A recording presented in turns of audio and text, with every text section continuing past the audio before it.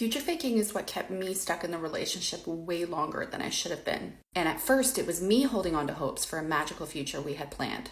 But towards the end, whenever I was ready to call it quits, he started to use those plans as a manipulation tactic to stop me from leaving. And if you're new to my page, my name is Jackie, and I'm giving real examples of emotional abuse tactics so that you can spot them in your relationships. Future faking is what happens in the beginning of the relationship during the love bombing phase, where the two of you co-create this fictitious life together. Only the joke's on you because you don't know it's fictitious. You realize you haven't been dating very long and it feels too good to be true. But because they've spent so much time asking specific questions about what you want, about your goals, and ironing out every single detail, you thought they were genuinely invested in planning your future. My ex would initiate conversations that were so specific. I wasn't just asked what kind of ring I wanted. I was asked to send him pictures with all of the C's detailed. He didn't just plan the song that we would dance to. He planned our entire entrance from the song that would start playing, this humorous transition into our first dance. He got so specific in the details, there was no reason for me to not believe him. Except all the plans he made, the wedding, where we would live, the kind of house we would buy,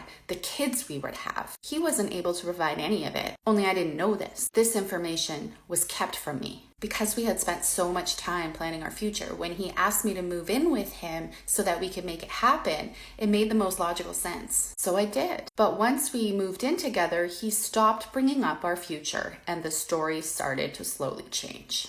I moved in 1 month before COVID lockdown. So for the first year of us living together, anytime I would bring up what I thought was our shared vision, COVID was the scapegoat. And I accepted it. There were times I thought, well, there are some steps he could take as we wait for the world to open up again that would demonstrate his commitment to our future. But I dismissed those thoughts and I made excuses and I held on to the shared vision. Then he started to change his mind. He no longer wanted kids. That was a gut punch. Then the truth around his financial situation started to show. He wasn't financially able to contribute to the future we had planned, but I held on to the vision. I took the reins and I created a budget so we could save for the future we wanted. But he would go out of budget and he would overspend month after month. And over the course of 3 years, based on his actions, I came to see that he never wanted that future. He faked our future so I would move in with him and take care of him. When I finally realized the whole thing wasn't real and I had enough of being his mom and I told him that I was done,